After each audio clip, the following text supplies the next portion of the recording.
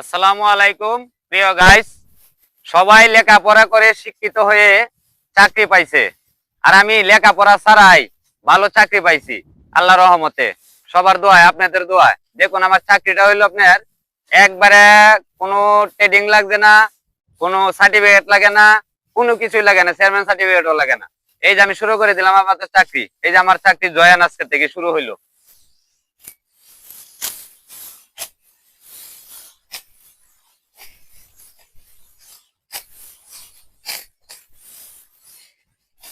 কেমন চাকরিটা ভাই, ভালো লাগলো?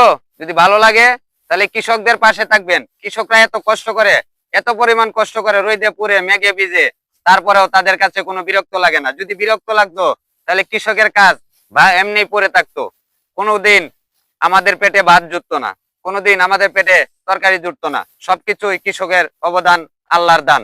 আসসালামু আলাইকুম প্রাণপ্রিয় বন্ধুরা।